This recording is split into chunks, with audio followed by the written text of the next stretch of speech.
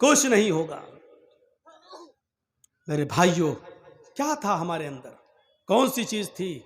आज इस पोजीशन पे हूं कि बड़े बड़े एमएलए बंगाल में चुनाव जीतने के बाद, ममता की सरकार दोबारा आने के बाद आज ये पोजीशन है कि हाथ जोड़ के खड़े होते हैं, दरवाजे तक लेने आते हैं, बिठा रहे हैं, अपनी गाड़ियां दे रहे हैं, पहुंचा रहे हैं।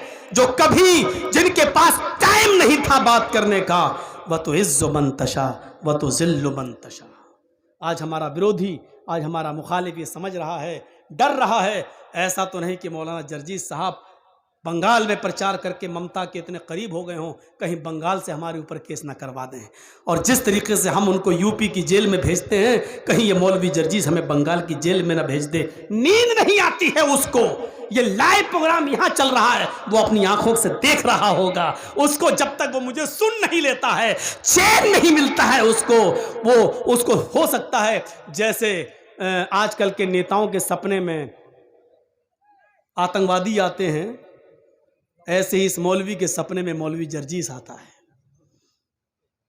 ये यूट्यूब तलाश कर करके तकरीरें निकालता रहता है और फिर उसमें मसाला लगाकर वो कोर्ट में पेश करता, देखो जर्जीस ये बोले, देखो जर्जीस ये बोले। अल्लाह का शुक्र है, जो कुछ बोले बिहार बोले, मुकदमा बिहार में होगा ना। जो कुछ बोले बंगाल में बोले, मुकदमा बंगाल में होगा ना। तो बंगाल में कौन मुकदमा कर रहा है? बंगाल में भी मुकदमा होने लगे मेरे ऊपर, तो इसीलिए हमने ममता दीदी का प्रचार किया था क्या? इसीलिए तो प्रचार किया था ताकि हम अपनी बात, इस्लाम की बात, कुरान की बात, हदीस की बात डंके की चोट पे कह सके और हमारा कुछ नहीं हो। इसीलिए तो हमने किया था। अल्हम्दुलिल्लाह आज खुल के बोलता हूं, डंके की चोट पे बोलता हूं, पूरी आज़ादी के साथ बोलता हूं। और तकरीर ख़त्म करने के बाद पुलिस वाले सैल्यूट मारते हैं, साहब नहीं नहीं सही बोले, ठीक बोले। हाँ, थोड़ा सा डर है अभी, 5-6 महीने यूपी में नहीं बोल रहा हूँ। बड़ी गंदी सियासत है यूपी में। हमारे पास महाराज जी के आदमी आते हैं, महाराज जी समझ गए ना, ज़्यादा और कुछ नहीं बोलूँगा, ना तो हमारा विरोधी सुन रहा होगा निकाल लेगा। महाराज जी के आदमी आए, कहते हैं कि मौलाना साहब आप हमारी पार्टी में आ जाओ। मैंने कहा मैं अपनी खबर नहीं खो दूंगा। बोले अगर हमारी पार्टी में नहीं आ सकते हैं तो उधर चले जाओ, आपकी मुसलमानों की एक पार्टी है, समझ गए ना, उसका भी नाम नहीं लूंगा, आप समझ जाओ। तो हमने कहा भाई मैं उधर जाऊं या ना जाऊं, आपको इससे क्या फर्क पड़ता है? भाई आपकी पार्टी में हम नहीं आ सकते हैं, लेकिन हम कहीं भी जाएं। कहीं भी नहीं। आप अखिलेश के साथ गए तो हम मुकदमे हो जाएंगे आपके ऊपर, मायावती के साथ गए या कांग्रेस के साथ गए तो आपके ऊपर मुकदमे हो जाएंगे। मौलाना कलीमुद्दीन को गिरफ्तार किया गया ना, आपको भी अंदर कर दिया जाएगा।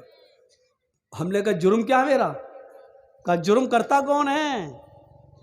आपके ऊपर केस इतने लाद देंगे, ये साबित करो कोर्ट में हम मुजरिम नहीं है, 10 साल आपको लग जाएंगे। 10 साल के बाद कोर्ट कह देगी बाइज्जत बरी, 10 साल में तो हमारा काम हो जाएगा। आप अंदाजा लगा रहे हैं आप? ये हालत है। अब इस प्रेशर में और इस दबाव में बताओ मैं यूपी में क्या बोलूंगा? हमें इसी चीज की आजादी चाहिए थी जो अल्हम्दुलिल्लाह मुझे बंगाल के अंदर मिली। और मुसलमानों ने वहां गलती नहीं की, वरना गलती तो बहुत करने की कोशिश की गई, करवाने की कोशिश की गई।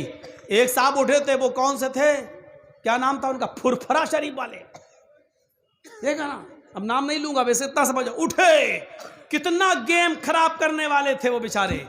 एक हमारे भाईजान थे बेचारे, वो भी आए, पूरी प्लानिंग थी यहां पर किसी तरीके से बीजेपी आ जाए, पूरी प्लानिंग थी। अल्हम्दुलिल्लाह मैंने तकीने कर करके बड़े नुकसान से बचने के लिए छोटा नुकसान कर दो।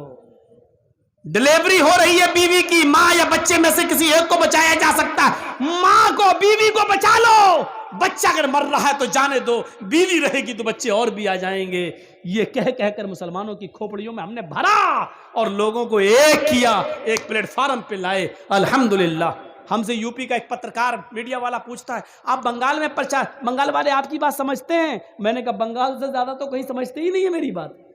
हमने कहा यूपी में लोगों की समझ में नहीं आ रहा है, बंगाल में एक तकरीर की सारा मुसलमान एक हो गया, सारा मुसलमान एक हो गया। अब बताओ बंगाल में ज्यादा समझते हैं कि यहां ज्यादा समझ रहे हैं?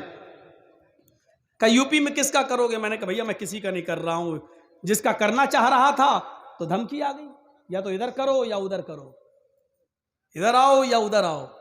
अब ये सोचने की चीज है कि हम इनके साथ तो आ नहीं सकते क्योंकि बीजेपी है, बीजेपी पे तो हम जा नहीं सकते, तो डायरेक्ट उधर जाओ, आपके ऊपर कोई केस नहीं होगा, जितना गाली देना हो दे दो, कुछ नहीं होगा। मैंने कहा ये क्या बात रही? बोला बस आप वहां चले जाओगे हमें फायदा होगा। ये कौन कह रहा है? महाराज जी के आदमी हमारे पास आकर कह रहे हैं। मेरे भाइयों, मेरे दिमाग में भैंस का गोबर नहीं भरा है, इतनी समझदारी है मेरे अंदर कि मेरे पास ये चीजें और खबरें क्यों पहुंचाई जा रही हैं, और ऐसा करके तुम कौन सा गेम खेलना चाहते हो। मेरे पास भैंस का गोबर नहीं है मेरे दिमाग में, इतनी अकल मैं भी रखता हूं। कुछ लोग जो उस पार्टी से जुड़े होंगे उनको बुरा लगेगा, बहुत ही क्षमा और माफी के साथ मैं ये बात कह रहा हूं, बुरा नहीं लगना चाहिए आपको। जिसकी ऊपर बीतती है वो जानता है, और जिसको धमकी मिलती है वो जानता है। कितना मैंने सोचा था कि आप लोग बैठिए, माइक चल रहा है, बैठे रहिएगा थोड़ा सा। आप लोग अपने ट्यूबलाइट जला लीजिए या मोबाइल जला लीजिए, थोड़ा सा जला लीजिए। तो मेरे भाइयों, कोई नहीं उठेगा, 10 मिनट आप और बैठ जाइए बस।